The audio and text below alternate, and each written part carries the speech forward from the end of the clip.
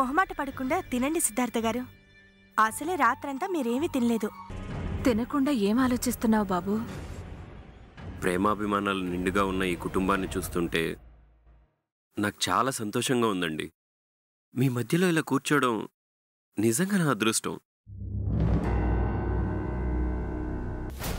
అంటే ఇలాంటి బంధాలతో కూడుకున్న తోడుని ఆ దేవుడు నాకు ఇవ్వలేదు. నాకంటూ ఎవరు లేరండి. నేను ఒక అనాథని.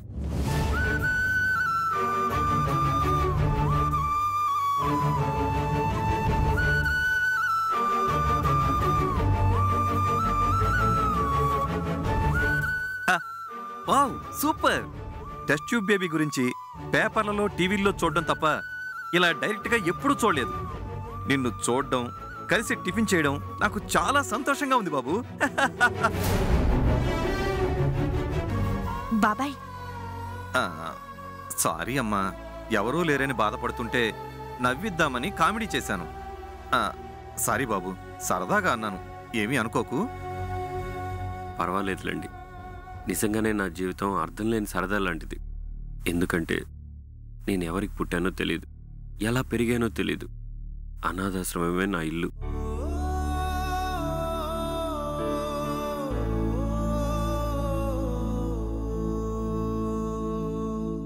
తోటి అనాథలే నా వాళ్ళు. మొదటిసారిగా ఒక కుటుంబం, అది మంచి వాళ్ళ మధ్య ఇలా కూర్చొని తినడం దురదృష్టవంతుడైన నా జీవితంలో ఒక అదృష్టంలా భావిస్తున్నాను.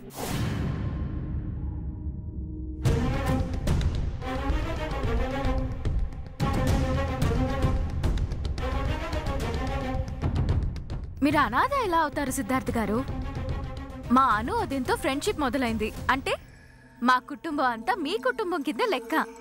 మీరు కూడా మా కుటుంబంలో ఒక భాగమే. ఏం డాక్టర్ గారు?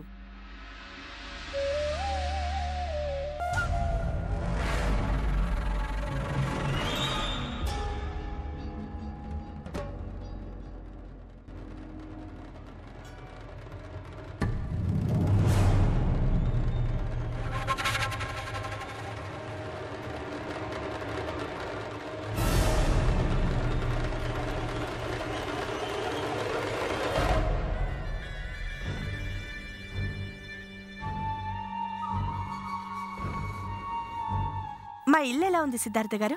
మీకు నచ్చిందా? అభిమానం నిండిన ఏ ఇల్లైనా కలకల్లాడుతూనే ఉంటుంది అన్నగారు. థ్యాంక్ యూ సిద్ధార్థ గారు. అమ్మా అను, వస్తున్నానమ్మా, ఒక్క నిమిషం.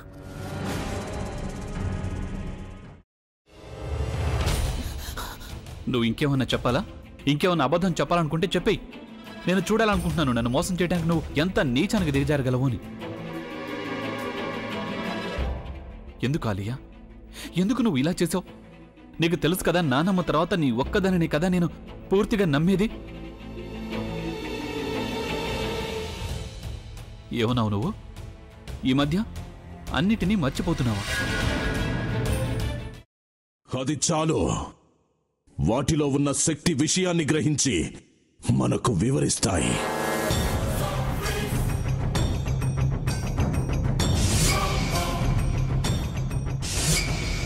ఎవరు ఆ దండ విప్పొద్దు, గది తలుపులు తెరవద్దు.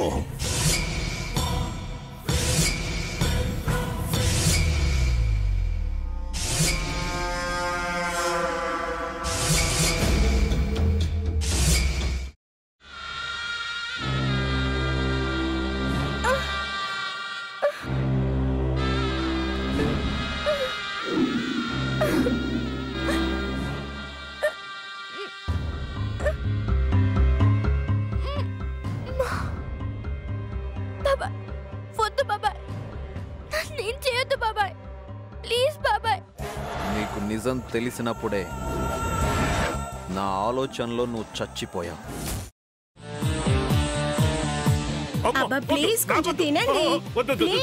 భీమారావు గారు, మీరా? ఇగో మీరా కాదు, సక్కుబాయ్. అవును, మీ పనామే లేచిపోయిందని చెప్పి కంప్లైంట్ ఇచ్చినావు కదా. రేయ్, ఆయన కంప్లైంట్ ఇచ్చింది లేచిపోయిందని కాదు, కనిపించడం లేదు అని. అట్లానా? సరే మేడం. ఇడియట్. ఆ వంట మనిషి పేరేంటన్నారు? రత్తాలు మేడం. ఏం పెద్ద మంచి, నీ వంట మంచిని కూడా మేడం అని పిలుస్తావా? రేయ్ హాఫ్ బ్రెయిన్,